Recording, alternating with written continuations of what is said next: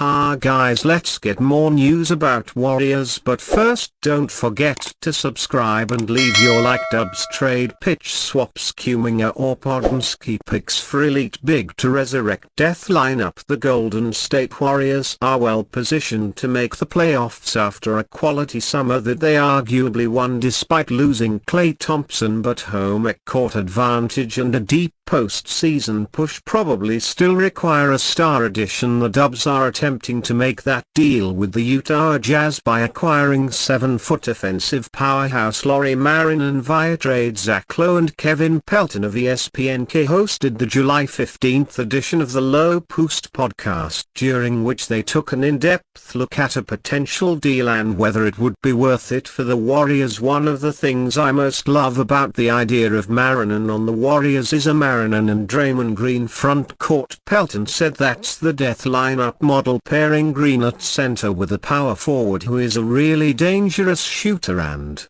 scorer that has unlocked a lot of Hings for the Warriors. For context, The Athletic reported on Monday that Golden State brought a package of Moses Moody and several first-round picks, first-round swaps and second-round picks to Utah in its most recent proposal. The Jazz, however, have asked for the bulk of young talent and capital the Warriors possess, including Moody, Jonathan Kuminga and Brandon Me, along with picks, which has been a non-starter thus far for Golden State. League sources said Shams Charania reported the Dubs have been hunting an all-star caliber player to pair alongside two-time MVP Stephen Curry, and a swap for Markkanen is their last real chance to make that happen this summer. Let's say the middle ground ends up being the PCKS salary filler and one of Kuminga and Podomski. L said, if that's the price, is that worth it for the Warriors? Should they do that? Are they good enough? Markkanen of the Utah Jazz left drives the basketball against Brandon Me of the Golden State Warriors right during an NBA game. The answer to Lowe's question is liable to be a moving target based on how healthy both the Warriors and the rest of the top of the Western Conference find themselves come playoff time. Postseason seedings and the subsequent matchups, which the NBA will determine based on regular season records, will matter as well. I think it's right on the borderline for me. Pelton responded to Lowe after saying earlier in the podcast that the Oklahoma City Thunder are in a tier of their own atop the conference, followed by a handful of talented groups one level below. I think that would put the Warriors into that second group of contenders for me, but I don't know that it would necessarily put them ahead of any of Dallas, Minnesota or Denver in the West. For the so-called death lineup to function as it must, Curry also needs to play at an MVP caliber level. Beyond that, the Warriors will need a quality defender in the small forward spot. Their only two options are currently Kuminga or the hope of Andrew Wiggins returning to his 2022 form when his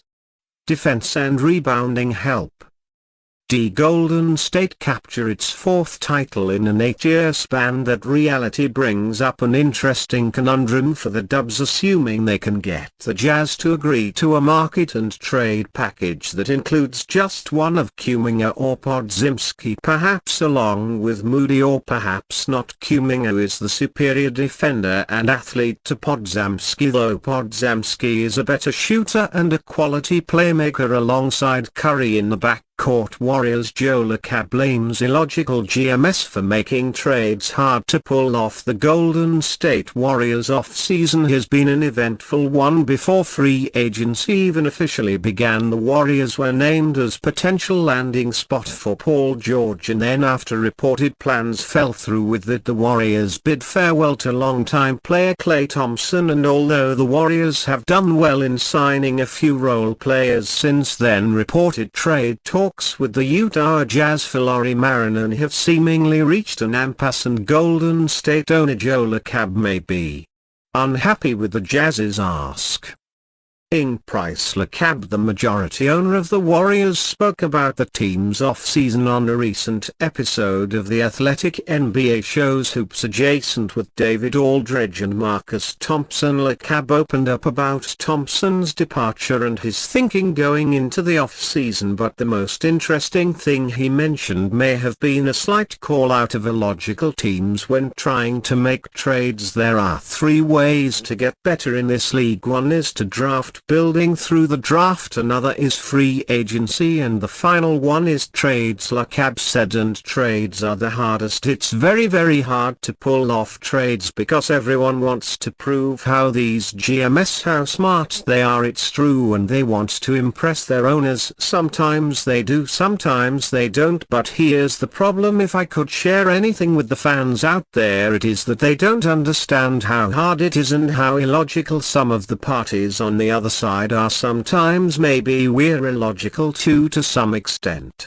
But my point is, it's just really hard to pull these things off, and everyone writes all this stuff and they have no idea what the other side's asking for in some of these things. After 4 championships from 2015 to 2022, the Golden State Warriors and their fans can take solace with all of the success and positive memories in that time period. However, the Warriors championship window, if not already closed, is closing very fast. Stephen Curry and Draymond Green are 36 and 34 years old respectively and may not have enough around them in Golden State to win another title, and while it would logically make sense to trade both players and try to receive as many young players and draft picks as possible in return, no one can fault the Warriors for trying to still compete with both players under contract for the next few years. Therefore, the discussions the Warriors have reportedly had with the Utah Jazz to acquire all-star forward Lauri Markkanen make a lot of sense. Markkanen, who is 7 feet tall, would seem to be in near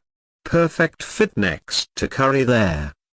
Sports' greatest perimeter shooter, and Draymond Green an extremely valuable versatile defensive leader. Grade the trade pundit pitches Russell Westbrook deal to Golden State Warriors. The Golden State Warriors need to put the stink of last season behind them. Their off-season has been largely successful on that front, despite striking out on Paul George, losing Klay Thompson, and struggling to get a Lauri Markkanen trade across the finish line. The Dubs are in a good place. This is a better team than a season ago. To Anthony Melton is the perfect plug-and-play option in Klay's old role. More or less Buddy Hield can ramp up the three-point volume next to Stephen Curry, while Kyle Anderson is a winning player in virtually any context. His passing, defensive versatility and occasional scoring bursts will improve the Golden State second unit. Plus, we are due for second-year leaps from Andon Podmski and Tracy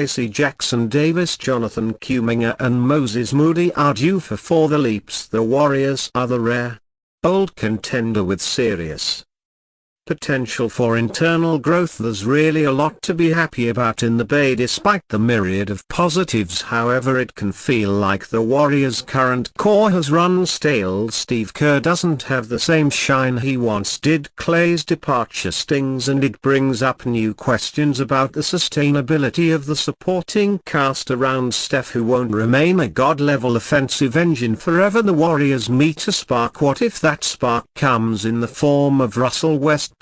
Zach Buckley of Bleacher Report was tasked with proposing workable trades for all 30 NBA teams for the Los Angeles Clippers. He suggested swapping Westbrook for the aforementioned Moses Moody, giving the Dubs a veteran backup point guard while infusing the Clippers' rotation with upside on the wing. There's merit on some level to planting late career Westbrook next to the greatest shooter in NBA history, using Russ for 15 minutes a night in a change of pace role, allowing him to attack downhill in 5-out small ball lineups next to Steph. Might actually work on some level? Is he open for a Nick role? Does he get along with Draymond Green for 82 games? Those are unanswered questions, but it's a worthy thought exercise. That said, there's simply zero chance in hell Golden State parts with 21-year-old Moses Moody to get this deal across the finish line. GM Mike Dunleavy Jr. has already expressed interest in extending Moody, who made progress last season en route to averaging 8.1 points and 3.0 rebounds on 462 SL. 36,785 splits in 17.5 minutes. Westbrook was ostensibly more productive in a greater workload for the Clippers, but he's a 35-year-old vet minimum player coasting on his reputation. Moody has a legitimate upward trajectory in a desirable archetype. And you fan, what do you think of the situation of Russell Westbrook? Leave your opinion in the comments.